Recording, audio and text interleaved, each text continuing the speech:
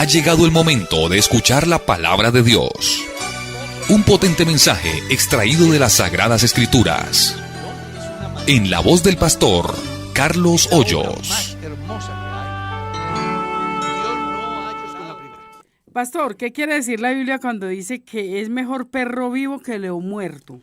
Bueno, pues si usted ve bien el contexto, está diciendo que hay esperanza para todo aquel que esté entre los vivos, porque los que viven saben que van a morir, pero los muertos nada saben. Si sigue leyendo el pasaje, es simplemente una comparación que tiene lógica. ¿De qué me sirve a mí un león muerto? Por rey que le llamen de la selva, no puede hacer nada. Pero si el perro está vivo, por lo menos puede ladrar, ¿no? Uh-huh. A eso es a lo que se refiere, que si hay vida hay esperanza. Si no hay vida, todo se acaba. Bueno, pastor. También hay alguien que pregunta que por qué antes se hacían sacrificios con animales y hoy no.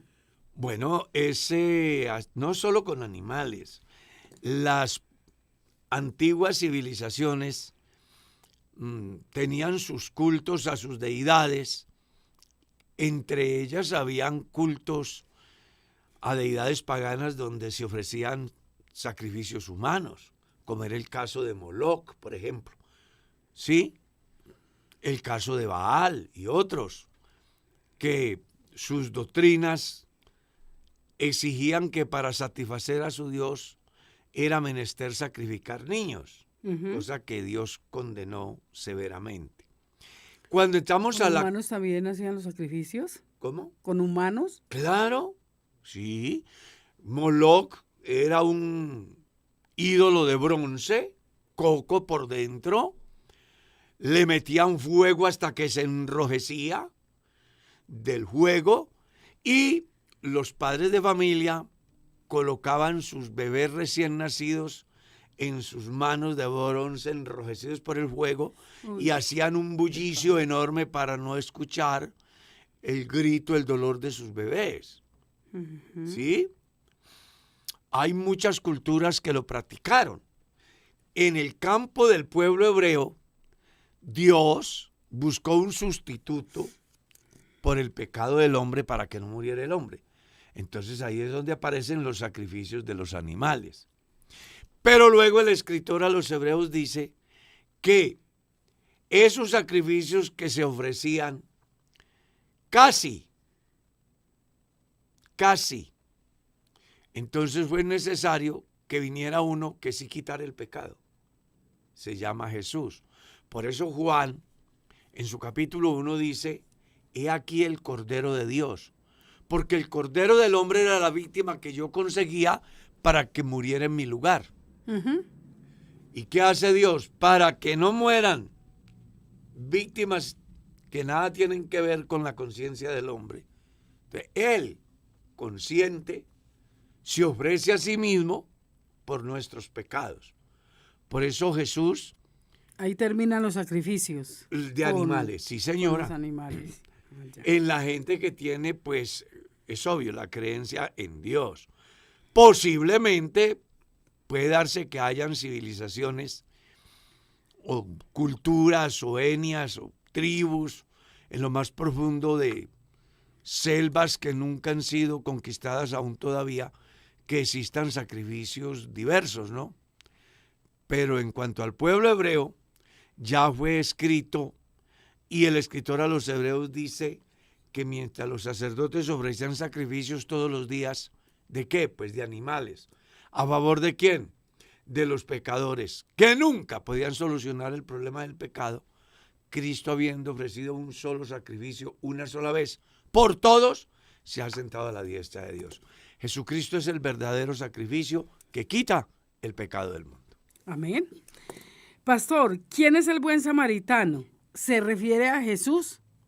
Es una parábola para ilustrar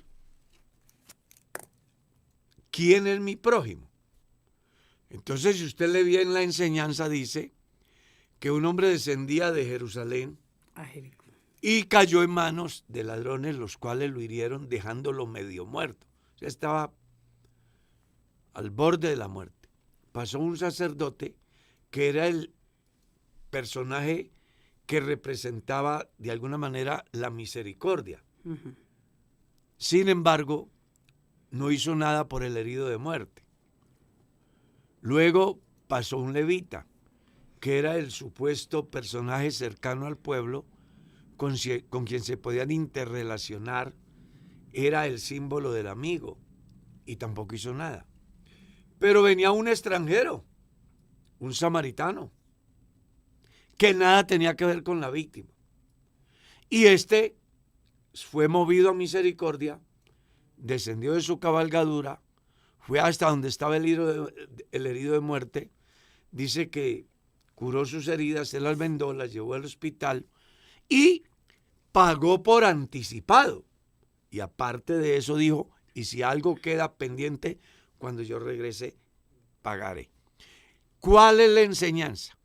Que el deber del ser humano es servir a su prójimo independientemente de que sea su amigo o no, su vecino o no.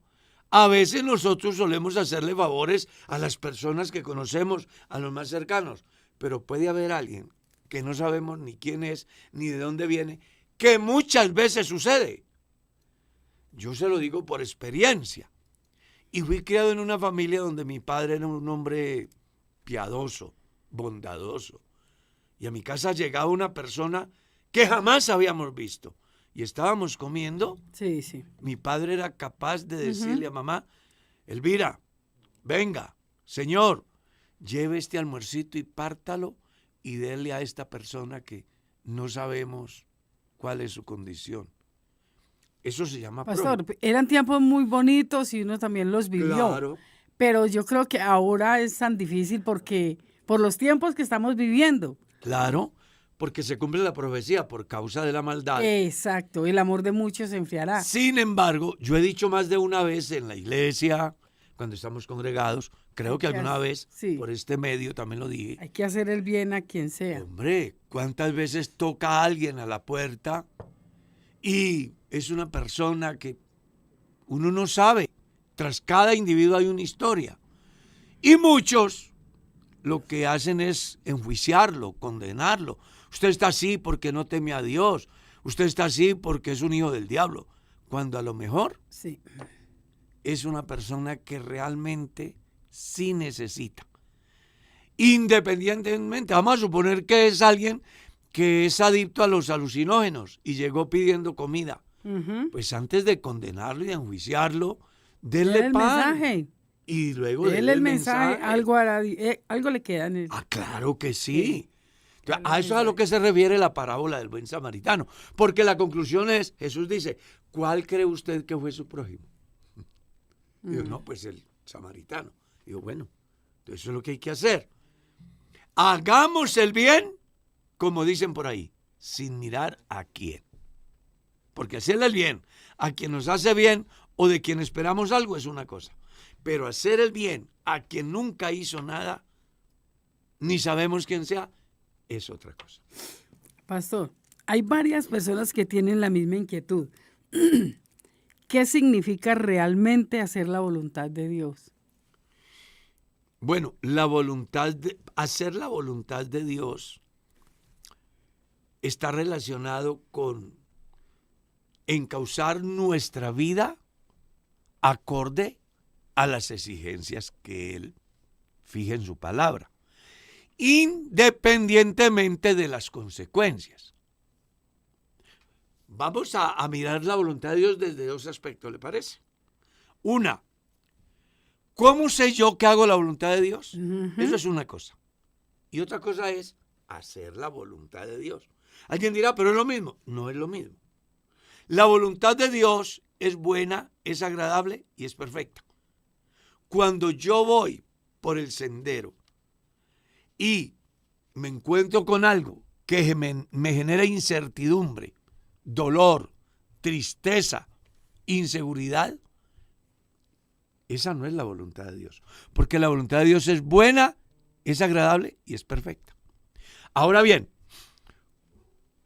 ¿cómo es hacer la voluntad de Dios? Ya eso es otra cosa. ¿Por qué? porque está delineado en el sentido de direccionarme por lo que Dios me enseña en su palabra, independientemente de consecuencias. Entonces, yo he decidido seguir a Cristo. Y el seguir a Cristo me implica a mí que persecuciones, prisiones, el martirio, un sinnúmero de cosas como las que menciona Pablo que le tocó enfrentar. Entonces, hacer la voluntad de Dios es una cosa y saber cuál es la voluntad de Dios en mi vida es otra. Porque la voluntad de Dios en mi vida es buena, es agradable y es perfecta. Pero hacer la voluntad de Dios conlleva con estar dispuesto a pagar el precio independientemente de lo que tenga que enfrentar. Bueno. ¿Le quedó claro? ¿Quedó? Pues es que tantas preguntas acerca de lo mismo. Me han preguntado mucho, por ejemplo, esta ver, semana. sí. ¿Cómo hago yo para conocer la voluntad de Dios? Bueno. Entonces, Por ejemplo, me dice, si yo tengo un viaje para Europa, ¿y cómo hago yo? Porque yo no quiero moverme sin la voluntad de Dios. Bueno, eso está muy importante que usted haga ese aporte. Yo me voy a ir para Europa. Yo debo tener en cuenta algunos aspectos a viajar. ¿Cuál es el objetivo de mi viaje? ¿Con qué recursos me voy a ir?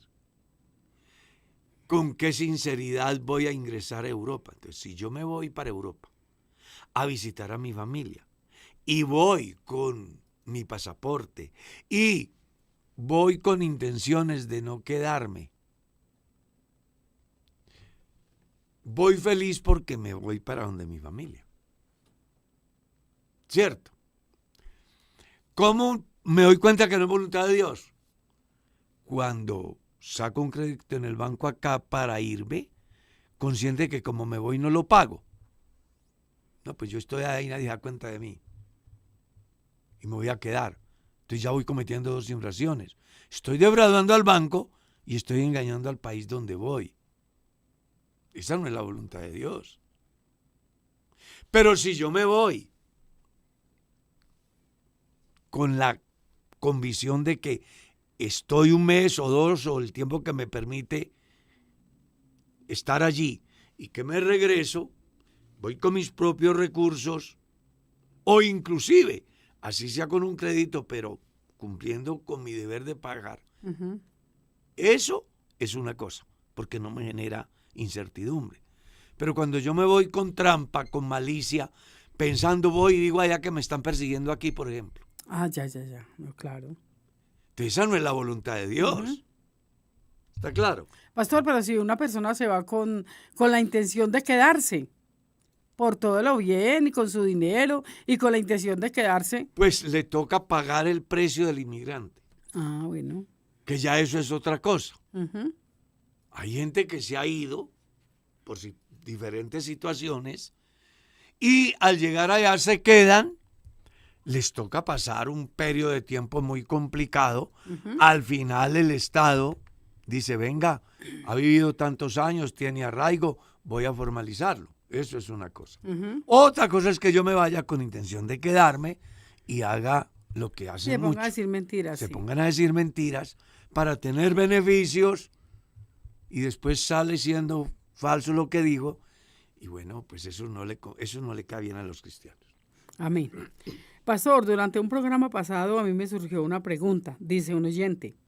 Con respecto a los pecados de conciencia, ¿qué sucede, por ejemplo, con los niños que son privados de su libertad y obligados a prostituirse o a vender drogas, sabiendo que son vulnerables y manejados al antojo de la gente malvada? Bueno, en ese caso, mire qué pregunta tan importante. Hay varias cosas que, uno se puede poner aquí a navegar en el mar de la imaginación. Uh-huh. Uno diría que en Colombia le llaman niño a los menores de 18 años. Si una persona comete un delito, faltando 6 horas para cumplir los 18 años, la ley es para el niño. O sea, le aplican la ley del niño. ¿Cierto? Entonces habría que mirar a qué edad. Porque un tipo de 17 años... Y, pastor, y 16 bíblicamente años. la Biblia no registra a qué edad un muchacho puede ya tener... Claro, la responsabilidad para el pueblo o los muchachos israelitas era a los 12 años. A los 12 años ellos podían asumir responsabilidades tales como el ejercer sus derechos, incluyendo el asistir al templo.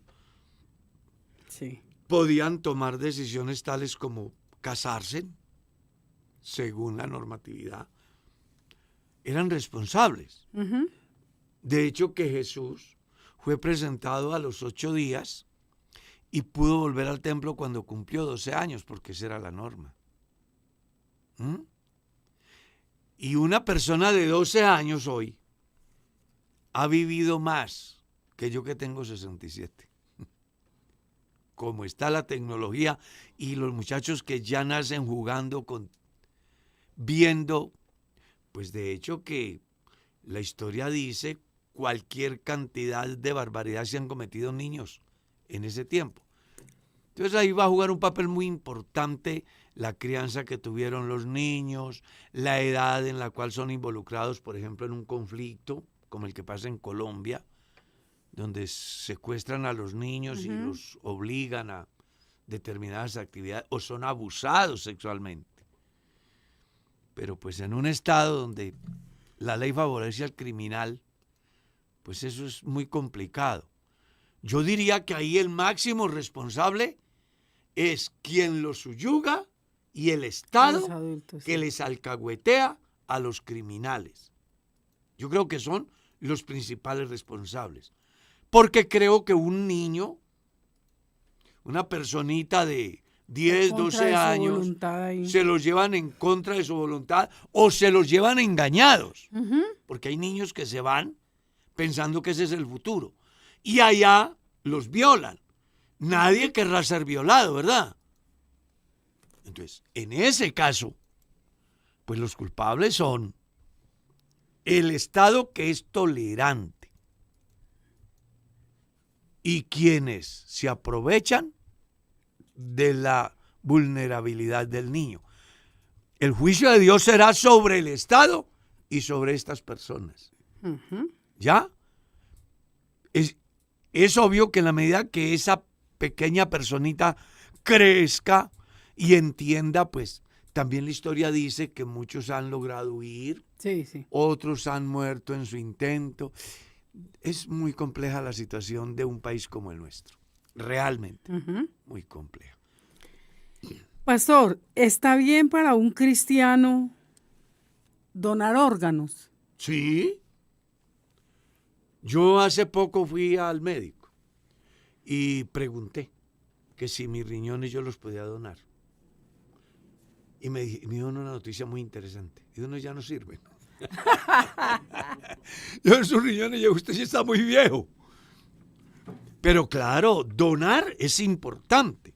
Sí, pero delante de Dios no hay ningún Está problema. bien. No, la Biblia dice así. La Biblia Sí, dice sí. así. En esto conocemos el amor, en que Él puso su vida por nosotros. Así nosotros debemos ponerla por nuestros hermanos. Si mi hermano necesita mi riñón para poder vivir, si mi hermano necesita mi sangre para poder vivir, y yo me doy cuenta que es mi prójimo, es apenas mi deber. Así que si usted piensa donar órganos, haga su documento, déjelo firmado, si le toca autenticarlo, haga consciente a su familia. Después de su partida, usted ya no los va a necesitar. Conozco gente que vive una vida normal con el riñón del que se fue. Ujú. Y hay cualquier cantidad de personas esperando una donación. Y donar un órgano es donar vida. Creo que quien lo haga lo está haciendo bien. Aclaro, no es la postura de la Iglesia Pentecostal Unida de Colombia. Es lo que yo pienso. Sí. Todavía no he escuchado a la Iglesia decir hágalo o no lo haga. Porque pues uno supone que la Iglesia respeta de una manera muy especial la libre disposición del ser humano. Y por eso de pronto no ha fijado una doctrina al respecto. Pero desde mi pequeño conocimiento, si mis ojos le sirvieran a alguien, si mi corazón le sirviera a alguien, si mis riñones, si mis huesos, yo no tendría ningún problema. Y creo que no estaría pecando, estaría haciendo más bien lo que la Biblia dice. Amén. Dando para mi hermano. Así sea personal o que, Sí. o que uno tenga potestad sobre un hijo. Claro. Dar permiso para que No, imagínate. en una tragedia o Mi hijo algo. tiene un accidente Exacto. automovilístico, le declaran muerte cerebral, por decir. Ya no hay esperanza, pero sus ojitos sirven, su corazón Esta sirve, persona puede. sus riñones sirven. Hombre, si de mí dependiera, yo autorizaría. Pero el que se va no donarlos. siente. Donarlo. Donarlos, no venderlos. Ah, no, es que ya eso es otra cosa. Donarlos. Claro. Ya Yo eso- creo que venderlos sería muy no, grave. ya eso es otra cosa. Listo. Pastor, Dios le bendiga. Una persona es salva, como dice el versículo, el que creyere y fuere bautizado será salvo. Y entonces, ¿a qué se refiere la Biblia cuando dice que el que no naciere de agua y de espíritu no podrá entrar en el reino de Dios? A mí se me hace que la persona tiene como que está un poco confundido por los dos textos. Pero resulta de que no hay ninguna confusión, los textos no se contradicen. Un texto es el punto de entrada y el otro es la conclusión. Yo creo que el mensaje de San Marcos, o de Jesús a través del evangelista Marcos, el que creyere y fuere bautizado, este será salvo. Esa es la verdad, no hay otra verdad. ¿Qué pasa con el texto de San Juan 3? Pues que es el complemento de esa verdad. ¿Por qué? Porque las personas, ojo, nacen de agua por la palabra. ¿Está claro? El conocimiento de la palabra, el creer a la palabra. Y una vez que yo creo a la palabra, a Jesús, como dice la Escritura, pues nazco del Espíritu. ¿Qué fue lo que Jesús dijo? El que cree en mí, como dice la Escritura, de su interior correrán ríos de agua viva. ¿Esto dijo de qué? Del Espíritu. Estaba hablando del nacer por la palabra y de la regeneración por el Espíritu Santo. No existe ninguna contradicción. Solo que el texto de Marcos es el punto de entrada, el texto de San Juan es la suma de todo. Amén. Pastor, esta Ana María me explica sobre el endemoniado gadareno y habla de dos y de uno en los evangelios. Porque habían dos endemoniados según un evangelista. Pero el otro evangelista destaca solo uno. ¿Por qué? Ya. Porque era sobre el cual había mayor posesión demoníaca. Pero eran dos los endemoniados. Claro. El evangelio los plantea. Un evangelista dice el gadareno, otro plantea los dos. Ambos eran de Gadara, que era una ciudad. ¿Ya? Pero se destaca, el evangelista destaca, uno de los evangelistas destaca a uno de ellos porque era más su ferocidad. Era más grande la influencia de él, que había en él, que la que había en el otro. El otro toma las partes por el todo, los dos. El otro toma la parte por el todo. Uno. ¿Me hice entender? Algo así. En Colombia hay una visita y viene el presidente de Bolivia y el señor Trump de Estados Unidos. ¿Usted qué cree? ¿A cuál le da más relevancia? ¿Por qué? Exactamente. Entonces los evangelistas hacen eso. Veían que la influencia sobre uno de ellos era mayor que la del otro. Y por eso Mateo lo destaca de una manera y el otro evangelista los destaca a los dos. Amén. ¿Seguimos? Sí. Pastor, es tan amable y me explica el versículo que está en Hebreos 7:18, que dice Queda pues abrogado el mandamiento anterior a causa de su debilidad e ineficiencia. Vamos a leerlo, porque Hebreos 7:18. Aunque yo me sé por ahí algunos versículos, no me podía aprender la Biblia de memoria, ¿no? ¿Hebreos qué? Hebreos 7:18. A causa de su Lo debilidad primero e ineficacia. que usted debe de entender es que se está hablando del sacerdocio de Melquisedec. Eso es lo primero.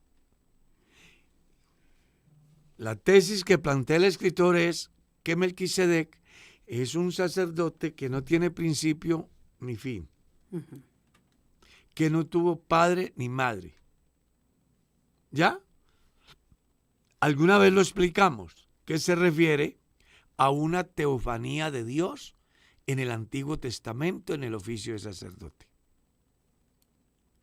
También dijimos en el pasado que había una corriente en esa cultura que quien sobrevivía a la cuarta generación se le tenía como rey, sacerdote y juez, y que se refería posiblemente a Sem, a quien buscaba todo el pueblo para recibir de él orientación en todos los aspectos.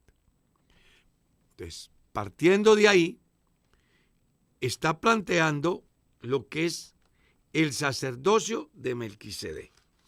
Y el versículo que él cita es el versículo 18, ¿cierto? Y si usted lo lee, va a encontrar, debería leer todo el capítulo, nos tocaría leer todo el capítulo. Pero leamos, por ejemplo, desde el verso 12. Porque cambiado el sacerdocio, necesario es que haya también cambio de ley, haciendo alusión de que ya no va a ser conforme al sacerdocio levítico, sino conforme al nuevo sacerdocio, el de Melquisedec, que está representado en el sacerdocio de Jesús, que a diferencia del sacerdocio levítico, se rige de manera universal y no de una familia. ¿Cómo es eso? El sacerdocio levítico era por familia. Si perteneces a la familia de Leví, por ley eres sacerdote. En el sacerdocio de Melquisedec, el cual representa a Jesús, ya no es por familia, sino que cualquier hombre en cualquier lugar puede ser sacerdote, como dice Pedro en su carta: vosotros sois nación santa, real sacerdocio, pueblo adquirido por Dios, para que anunciéis las virtudes de aquel que os llamó de las tinieblas a la luz. Como dice Apocalipsis capítulo 1, al que nos amó y nos lavó de nuestros pecados y nos hizo para Dios, ¿qué? Reyes y sacerdotes. Hoy cualquier cristiano puede ejercer el oficio de sacerdocio en el campo de la intercesión a favor de los pecadores. A eso es a lo que se refiere el pasaje. Que una vez que aparece Jesús en el escenario humano, el sacerdocio mosaico termina para darle vía libre al sacerdocio de Jesús, que aparece muy bien diseñado o explicado en el capítulo 10, el versículo 11 de la carta misma de los Hebreos. Y ciertamente todo sacerdote, todos los días, ofrece los mismos sacrificios que nunca pueden quitar los pecados. Pero apareció un sacerdote, Cristo Jesús, habiendo ofrecido un solo sacrificio, una sola vez, por todos los pecados, se ha sentado a la diestra de Dios en las alturas. Amén, amén. Pastor, ¿es verdad que cuando un cristiano muere, duerme?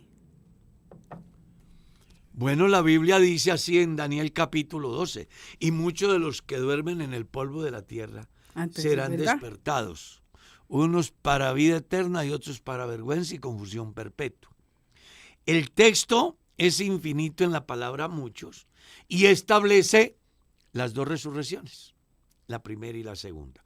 Luego San Juan capítulo 4 ya aparece de una manera más simple, refiriéndose a las dos resurrecciones.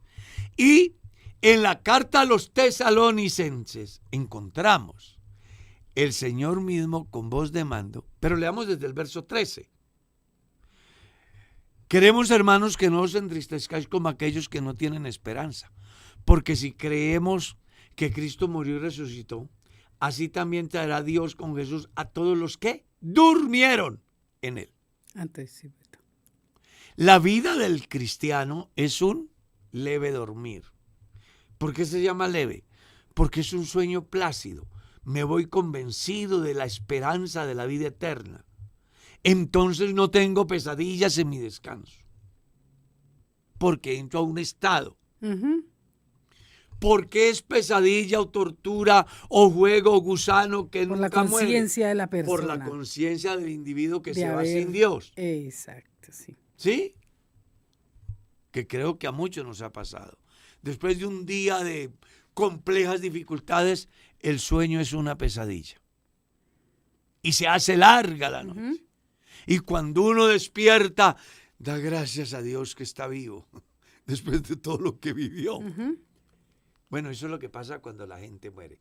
El que muere con Dios es un leve dormir, porque la noche se va rápido, sin torturas. El que se va sin Dios, se va con la tortura desde aquí para luego esperar la sentencia final. El día es hoy. Sí. Busquen la paz con Dios ahora. Amén, amén. Pastor, escuché una prédica que los planetas van a ser calle de honor a la venida del Señor, o sea que se van a alinear. ¿Usted cree que esto es cierto?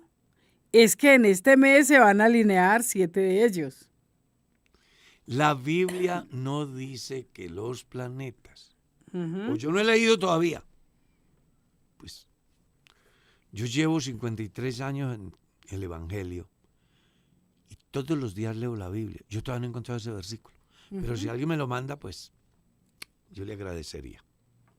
Esas son conjeturas, Sí. hipótesis que las personas sacan, que muchos predicadores decimos en el momento de la emoción del discurso, pero que no tiene un asidero bíblico. He ahí el por qué yo he dicho siempre, la mejor manera de predicar el Evangelio es a través del Evangelio. Y la mejor manera de creer al Evangelio es a través del Evangelio. No crea lo que la gente dice, crea lo que la Biblia dice. Sí.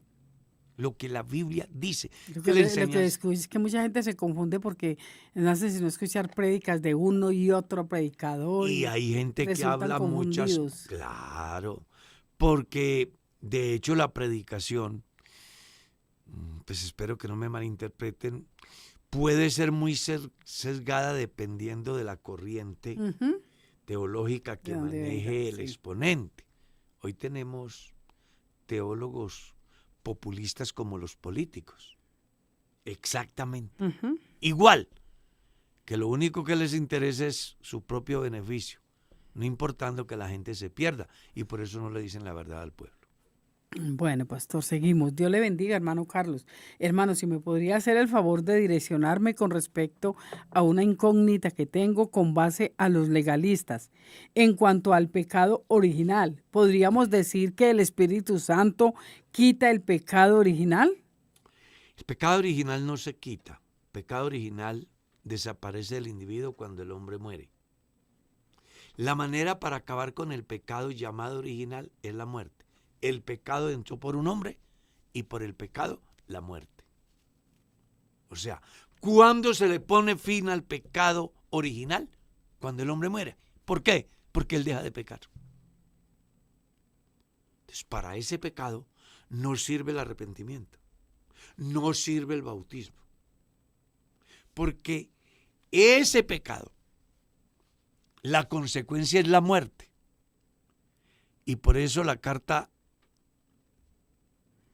o mejor, el escrito sagrado dice, está establecido para todos los hombres que mueran una sola vez. No hay hombre que escape a esa norma, a esa ley. Entonces, para eso no sirve el bautismo. Si el bautismo sirviera para quitar el pecado original, la gente no moriría. ¿Cómo así, pastor? La verdad estoy como... ¿Qué es el pecado original? Ese que viene en nuestra sangre por herencia de Adán. El pecado de Adán no fue imputado a todos los hombres. Y cuando una persona se arrepiente y se hace bautizar... Cuando una persona se arrepiente y se hace bautizar, el bautismo sirve para los pecados de conciencia. ¿Cuáles son los pecados de conciencia? Aquellos que aparecen en el desarrollo de nuestra vida dependiendo del desarrollo de nuestra personalidad y nuestra capacidad de establecer las diferencias entre el bien y el mal. Uh-huh. Me hago entender. Un niño de 8 días muere. ¿Muere por su propio pecado o muere por el pecado que le fue imputado desde Adán? Muere por el pecado que le fue imputado desde Adán.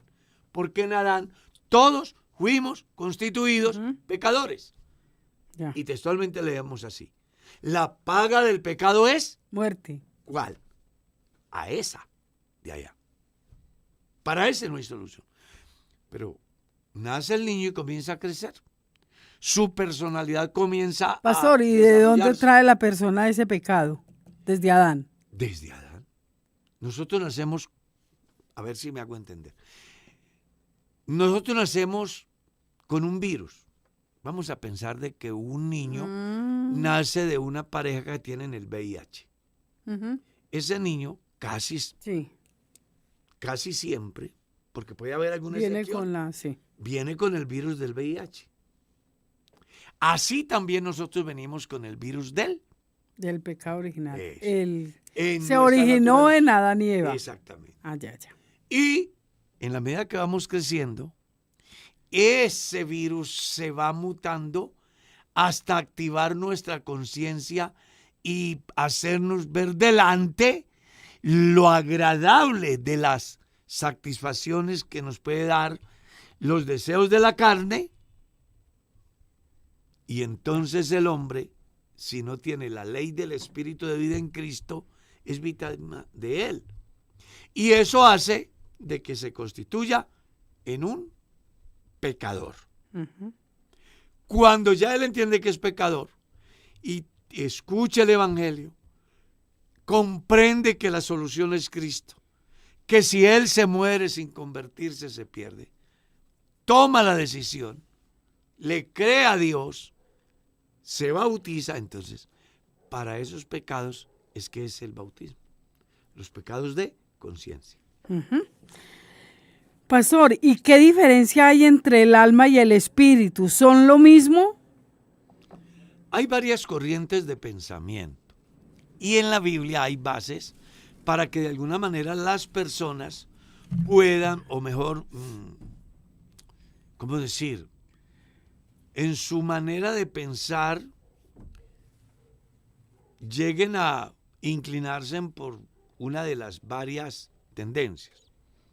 Todo porque la Biblia tiene una particularidad.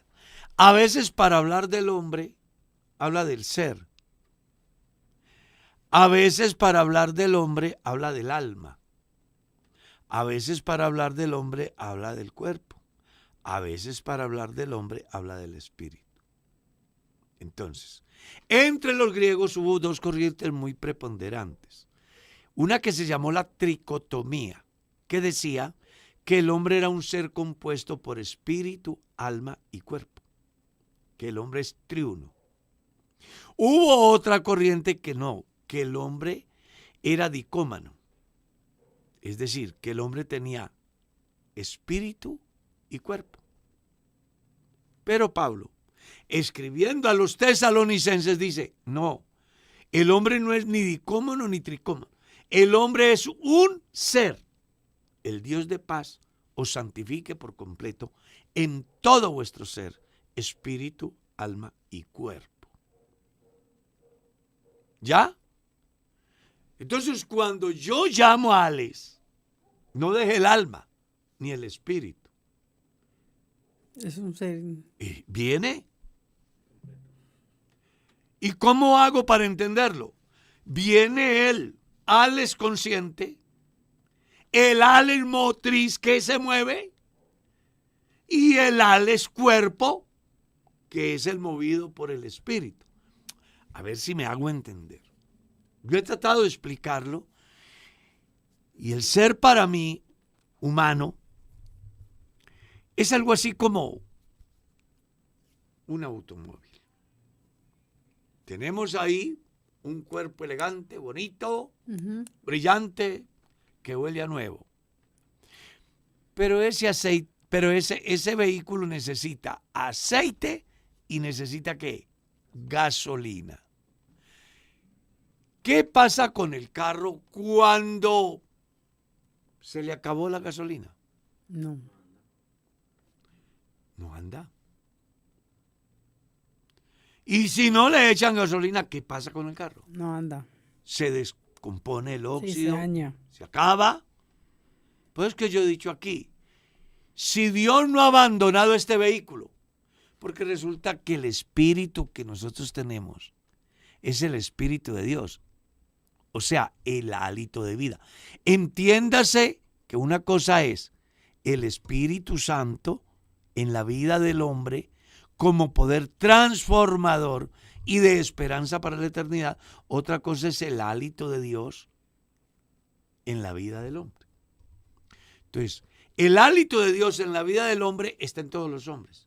Por eso Eclesiastés dice que el cuerpo vaya a la tierra y el espíritu vaya a Dios que lo dio. Hablando del hálito, Job dijo, las manos del Altísimo me hicieron y el soplo del Omnipotente me dio vida. Ese hálito es el combustible que hace que un vehículo llamado carne se mueva.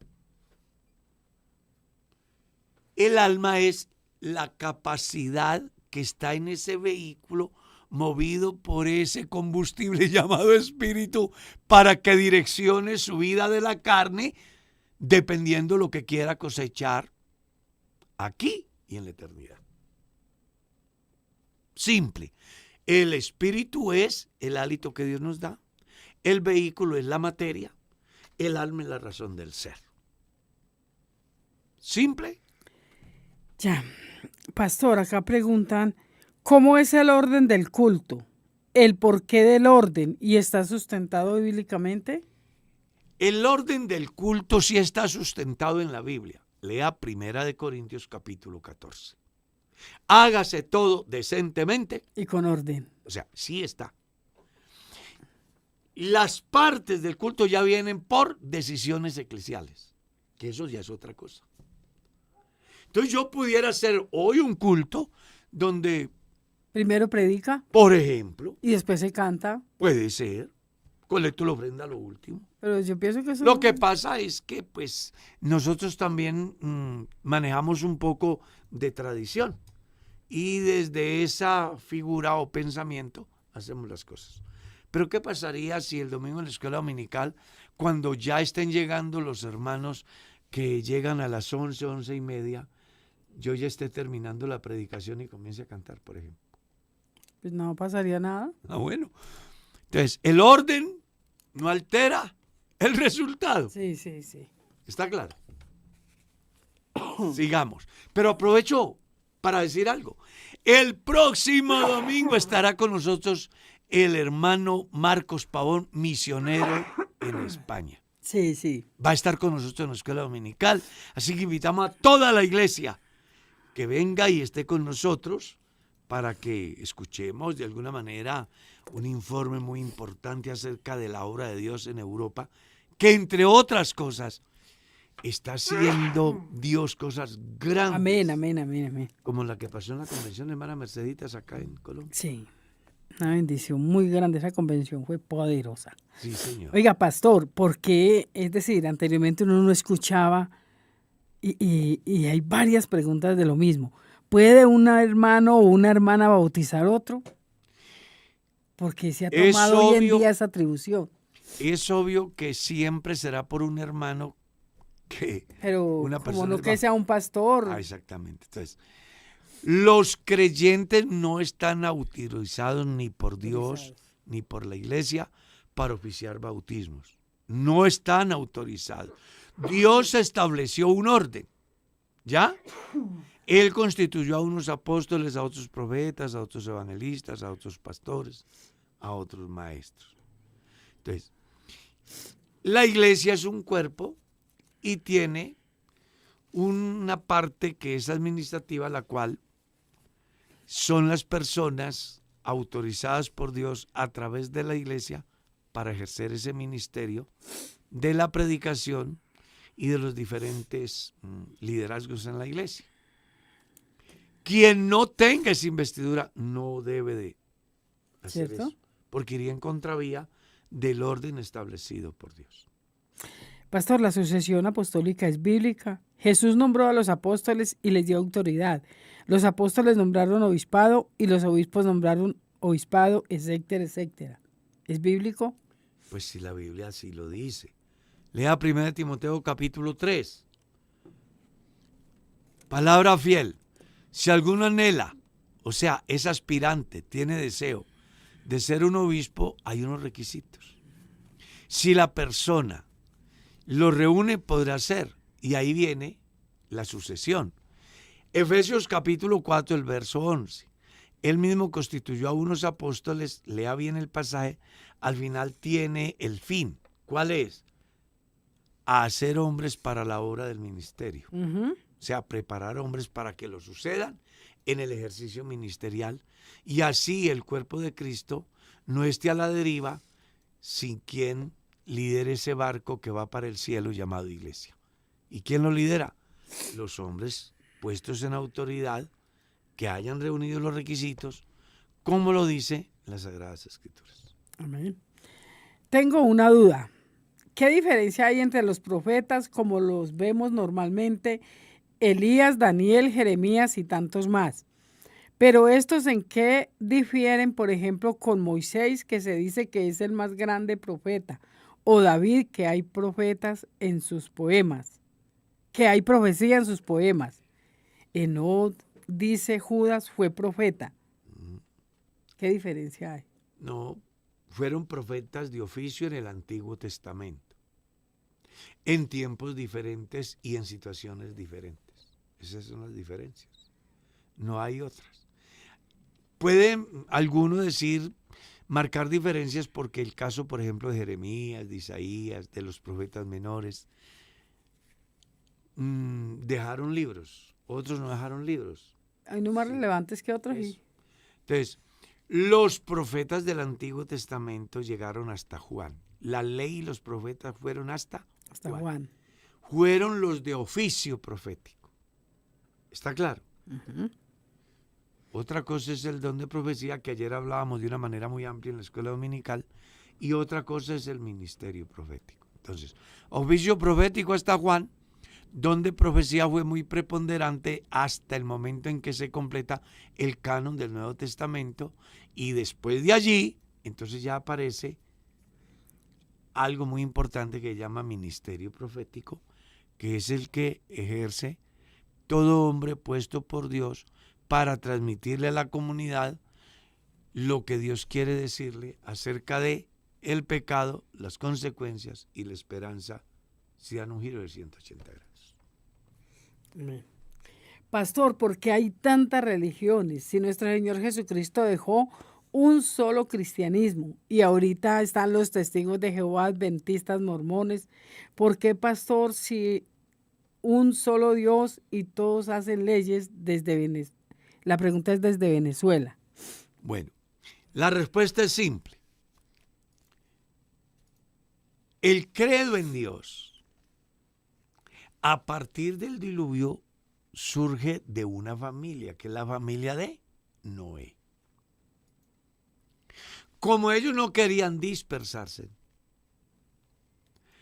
hay un líder que llamó Nimrod, y este era un hombre esforzado, un poderoso cazador. Es decir, como habían solo 8 personas en el mundo, no había quien pudiera hacerle frente a la propagación de las fieras. Entonces apareció un valiente llamado Nimrod, que enfrentaba a las fieras. Por eso dice, poderoso cazador. Tipo dijo, ¿nos enfrentamos a las fieras o nos devoran las fieras? Eso es lo que quiere decir. Por eso se llama poderoso cazador. Y él lideró el proyecto de hacer una torre con el objeto de que en la medida que iban creciendo, pues se iban distanciando y querían saber el lugar. Entonces Dios dice, no, ellos tienen es que dispersarse, llenar la tierra, sin otra prerrogativa. Entonces Dios confunde y el pensamiento del Dios va con cada uno de los inmigrantes a los diferentes lugares del mundo.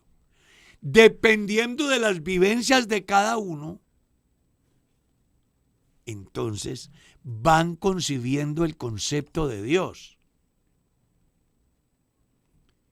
Y por eso es que todas las religiones del mundo hablan de una inundación universal. Todas. La religión china, la religión japonesa, las religiones animistas, hablan de una inundación universal. Claro, porque los que fueron dispersos se acuerdan de lo que pasó y lo comentan a sus generaciones. Pero los principios doctrinales los van organizando ellos en sus regiones acorde a las vivencias.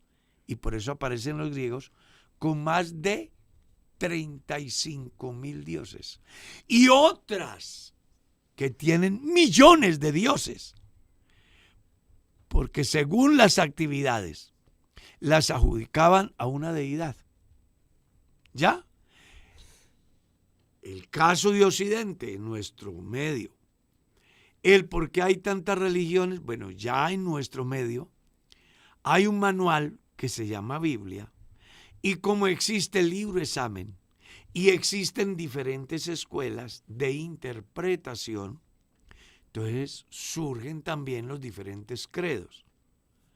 En esas escuelas hay unas que son dogmáticas, hay otras que son alegóricas, hay otras que son históricas, hay otras que son literales, y dependiendo de la corriente de pensamiento de la escuela, así es su credo. Por eso es que hay tantas doctrinas. Y por eso es que está muy mal entre los llamados cristianos vivir condenando, atacando, haciendo juicios, cuando la fe de cada individuo es el resultado de la interpretación que le dan a la Escritura, afortunada o desafortunada, pero de buena fe sus creyentes. ¿Me hago entender? Entonces yo creo que el deber de los cristianos, en vez de estar atacando, juzgando, no está condenando, bien, no está bien eso, generando controversias, debería de ser más bien fijar el evangelio de una manera objetiva, esperando que sea Dios el que haga la obra. ¿Está claro?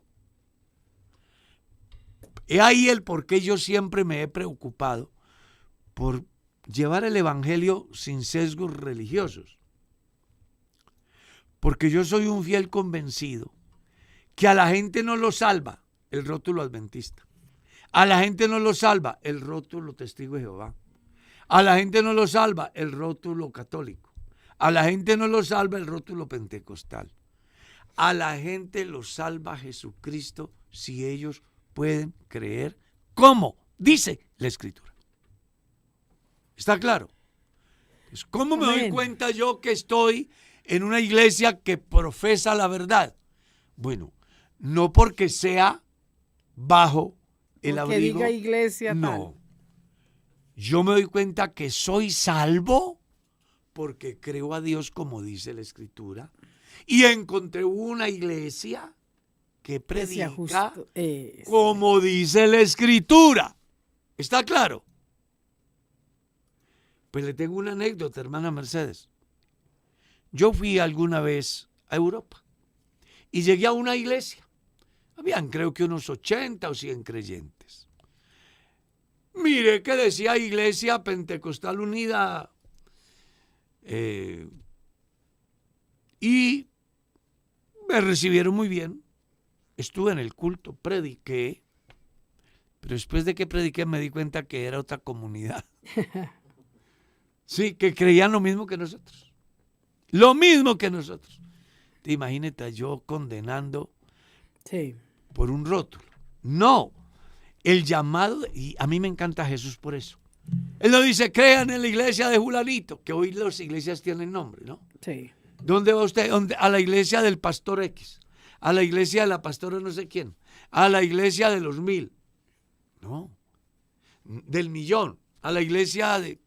No, nosotros creemos que la iglesia es el cuerpo de Cristo y que ese cuerpo de Cristo tiene sentido siempre y cuando crea a Dios, como dicen las Sagradas Escrituras. De hecho, nuestra fe se predica en todo el mundo desde diferentes rótulos. Por ejemplo, si vas al Ecuador, lean Jesús. Si vas a España, es la Iglesia Pentecostal Unida de Europa. Si vas a Bolivia, es la Iglesia Pentecostal Unida en Bolivia. Uh-huh.